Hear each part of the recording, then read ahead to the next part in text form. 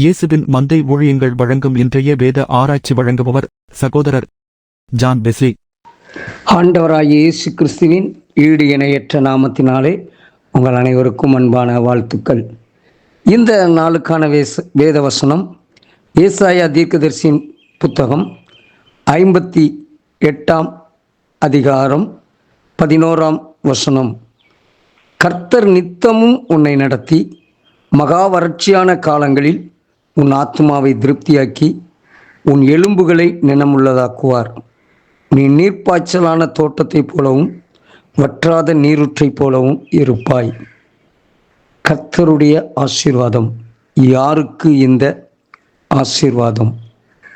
இதற்கு முந்தின வசனங்களிலே சொல்லப்பட்டிருக்கிறது, அக்கிரமத்தின் கட்டுகளை அவிழ்க்கிறது, நுகத்தடியின் பிணையல்களை நெகிழ்கிறது, நெருக்கப்பட்டிருக்கிறவர்களை விடுதலையாக்குவது, சகல நுகத்தடிகளை உடைத்து போடுகிறது, பசியுள்ளவனுக்கு உன் ஆகாரத்தை பகிர்ந்து கொடுக்கிறது, துரத்துண்ட சிறுமையானவர்களை உன் வீட்டிலே சேர்த்து கொள்கிறது, வஸ்திரமில்லாதவனை கண்டால் அவனுக்கு வஸ்திரம் கொடுக்கிறது, உன் மாம்சமானவனுக்கு உன்னை ஒழிக்காமல் இருக்கிறது அல்லவோ எனக்கு உகந்த உபவாசம்.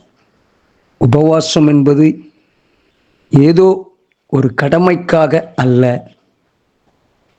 மற்றவர்களிடத்தில் உன் கருணையை, மற்றவர்களிடத்தில் உன் அன்பை, மற்றவர்களிடத்தில் உன் நேசத்தை நீ காண்பிக்கும் போது உன் வாழ்வில் வெளிச்சம் உதிக்கும், உன் சுக வாழ்வு சீக்கிரத்தில் துளிர்க்கும், உன் நீதி உனக்கு முன்னாலே செல்லும், கர்த்தருடைய மகிமை உன்னை பின்னாலே காக்கும்.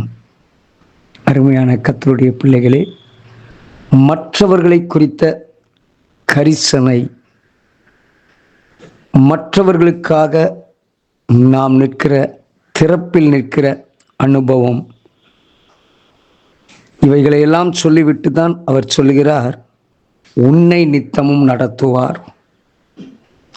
உன் வறட்சியான காலங்களில், உன் தாழ்வில், உன் வாழ்க்கையில் காணப்படுகிற குறைவில் உன்னை உயர்த்துவார். உன் எலும்புகளை நினமுள்ளதாக்குவார். உன் சரீரத்தின் பலகீனங்களை, உன் கட்டுகளை அவர் அறுத்து போடுவார்.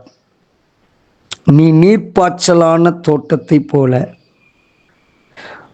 நீர் பாய்ந்து கொண்டிருக்கிற இடத்தில் இருக்கிற செடிகள் எவ்வளவு செழிப்பாக இருக்கும்போ உன் வாழ்க்கை அப்படிப்பட்ட செழிப்பாய், உன் வாழ்வில் எப்பொழுதும் குறைவற்ற ஒரு வாழ்வு காணப்படும். அருமையான கர்த்தருடைய பிள்ளைகளே, இந்த கால வேளையிலே நாம் நம்மை மாத்திரமல்ல,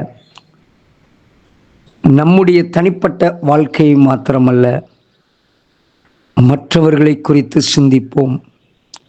மற்றவர்களுடைய தேவைகளில் நம்மால் உதவி செய்ய முடியுமானால் நாம் உதவி செய்வோம்.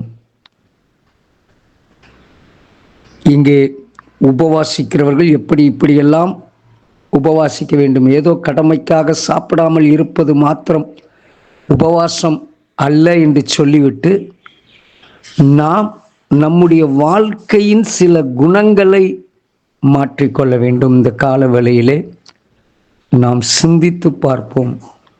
ஆண்டவரோடு கூட நம்முடைய வாழ்க்கையை நாம் இணைத்து பார்ப்போம். எபிரேயருக்கு எழுதின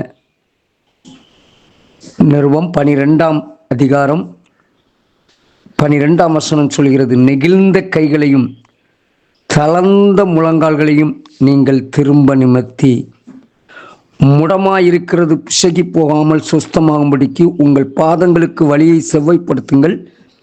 யாவரோடும் சமாதானமாயிருக்கவும் பரிசுத்தமுள்ளவர்களாயிருக்கவும் நாடுங்கள். பரிசுத்தமில்லாமல் ஒருவனும் கர்த்தரை தரிசிப்பதில்லை. ஒருவனும் தேவனுடைய கிருபையை இழந்து போகாதபடிக்கு யாதொரு கசப்பான வேர் முளைத்தெலும்பி கலக்கம் உண்டாகிறதினால் அநேகர் தீட்டுப்படாதபடிக்கும் உங்கள் வாழ்க்கையை நீங்கள் சீர் செய்யுங்கள். வாழ்க்கை சீராக்கப்படும் போது, நம்முடைய வாழ்வு சீராக்கப்படும் போது தேவனிடத்திலிருந்து நமக்கு ஒத்தாசை வரும். 1 கொரிந்தியர் 11:31 சொல்லுகிறது, நம்மை நாமே நிதானித்து அறிந்தால் நாம் நியாயந்தீர்க்கப்படும்.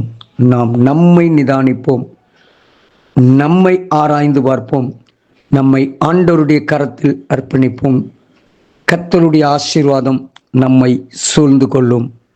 ஜெபிப்போம். அன்பின் தகப்பனே, உம்முடைய ஆசீர்வாதத்தை பெற, மற்றவர்களுக்கு நாங்கள் ஆசீர்வாதமாய் திகழ, ஆண்டவரே எங்கள் குறைவுகளை நீக்க உம்முடைய கிருபைக்குள் ஒப்புக் கொடுக்கிறோம். கர்த்தர் உங்களை ஆசீர்வதிப்பாராக. God bless you. ஆமேன்.